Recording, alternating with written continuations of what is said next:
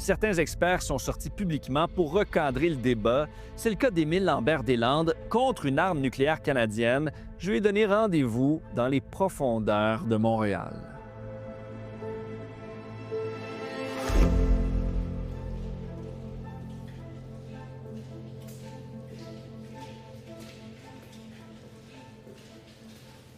Bonjour Émile. Bonjour. Enchanté. Enchanté. Il y a une petite ambiance un peu de bunker ici. Hein? On se sent à l'abri. Oui, ça c'est vrai. On en a besoin à notre Quand époque. même. Quand tu entends que certains ont l'idée qu'on développe l'arme nucléaire au Canada, comment tu réagis?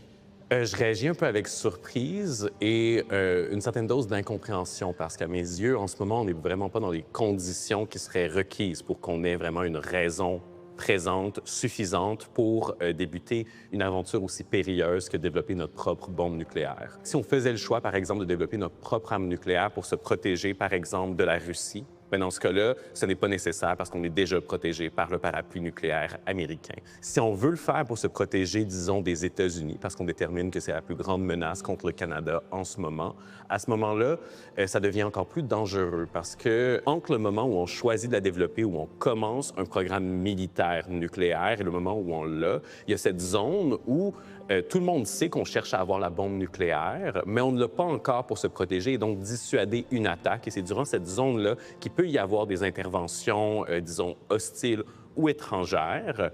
Et si on veut se protéger des États-Unis, qui est notre voisin le plus proche, c'est impossible pour nous de développer l'arme nucléaire sans qu'ils le sachent qu'on est en train de le faire.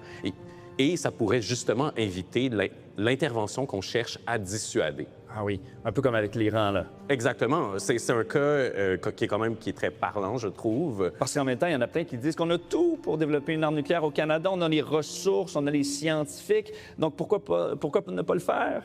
Je suis en profond désaccord avec cette affirmation, dans le sens que oui, notre expertise scientifique, elle est civile, elle n'est pas militaire. Et il y a une très grande différence entre cette expertise-là. Ce serait possible pour nos scientifiques de développer leur expertise militaire, c'est certain, mais ça prendrait du temps. C'est énormément d'argent et énormément de ressources qui devraient être investies dans cette démarche-là et pas simplement juste assembler ce qu'on a dans le garde-robe et pour bâtir une bombe. Donc, nous réveiller du jour au lendemain, en changeant notre opinion et en se retirant du traité sur la non-prolifération nucléaire, nécessairement, ça aura un impact sur notre crédibilité, ça aura un impact sur nos relations avec nos alliés. Il y a un seul pays qui s'est retiré du traité sur la non-prolifération et c'est la Corée du Nord. Donc ça, c'est l'exemple qu'on suivrait. Ah oui. L'arme nucléaire, ce n'est pas une arme, disons, ce n'est pas un sortilège qui fait en sorte que soudainement tout va mieux et on est protégé. Il y a énormément d'éléments qui rentrent en compte lorsqu'on parle de dissuasion nucléaire. On peut parler de la posture, on peut parler de notre doctrine nucléaire qu'il faudrait développer. Et on a des cas de pays qui ont l'arme nucléaire, qui vont en guerre de manière conventionnelle l'un contre l'autre. On peut penser à l'Inde ou au Pakistan. Donc, il y a quand même des querelles aux frontières qui sont possibles entre des pays qui ont l'arme nucléaire. Donc, on n'aurait pas nécessairement une protection qui serait complète et entière. Mais il reste qu'un nouveau contexte international. Les menaces de Donald Trump à l'endroit de ses alliés ont changé la donne. Certains craignent que les États-Unis ne viennent pas à leur rescousse dans l'éventualité d'une attaque de la Russie. Le champ des règles est un champ de ruines.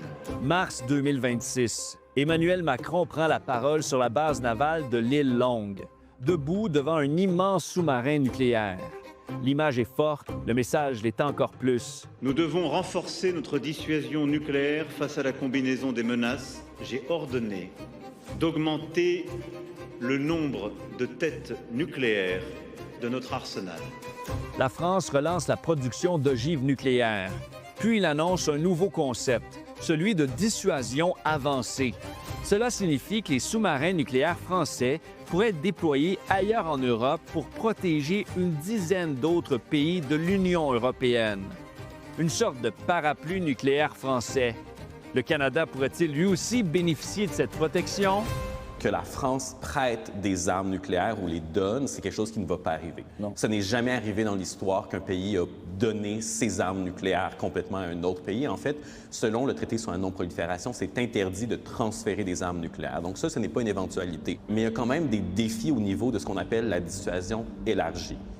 Donc, durant la guerre froide, justement, lorsque les États-Unis ont étendu leur parapluie nucléaire à l'Europe, il y a toujours eu des questions et en fait des craintes par rapport à est-ce que cette protection-là, elle est réellement crédible? Est-ce que les États-Unis sont réellement prêts à sacrifier New York, par exemple, pour défendre Paris? C'est la raison pour laquelle la France a développé sa propre arme nucléaire. Donc, on peut vraiment se poser la question, est-ce que la France serait prête à sacrifier Paris pour Ottawa? Ces dynamiques-là, ce ne serait pas non plus la solution parfaite, mais ça pourrait faire partie d'une posture de dissuasion plus forte pour le Canada.